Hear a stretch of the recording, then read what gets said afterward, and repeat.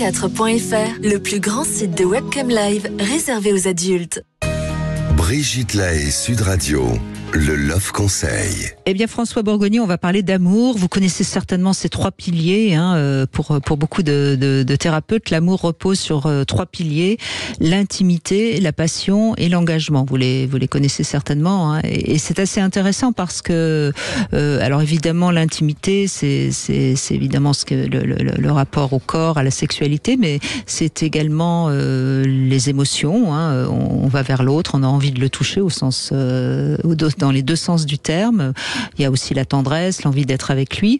Alors la passion, évidemment, là on est dans quelque chose de très charnel, on est beaucoup plus dans le corps, mais c'est aussi quand il y a de la passion, c'est là où le désir est le plus fort, ce besoin de faire l'amour ensemble.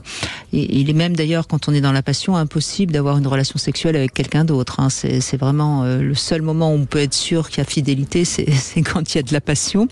Et puis le troisième pilier, c'est l'engagement. Alors l'engagement, c'est plus quelque chose qui concerne le psychisme. C'est une décision qui est pensée de s'engager avec telle personne plutôt que telle autre. Alors ça repose souvent, l'engagement, sur de l'affection qui s'est installée grâce à la passion et à l'intimité. Mais parfois, c'est une relation qui a pu débuter par de l'amitié, des partages réciproques, et qui débouche ensuite sur de l'intimité. Parfois l'engagement a lieu avant, mais en règle générale, ça serait plutôt passion, intimité, engagement.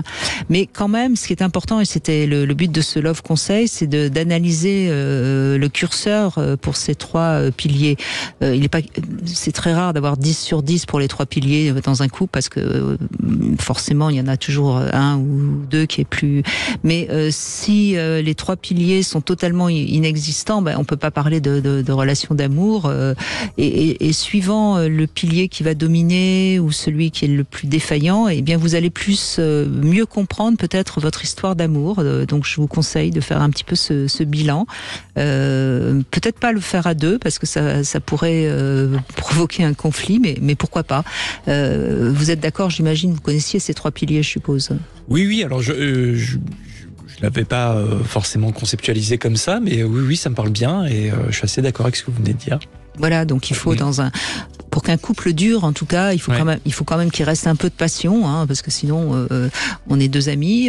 Il faut évidemment qu'il y ait de l'intimité et puis un engagement, parce que sinon la confiance n'est pas là, et donc on peut tout à fait s'engager ailleurs.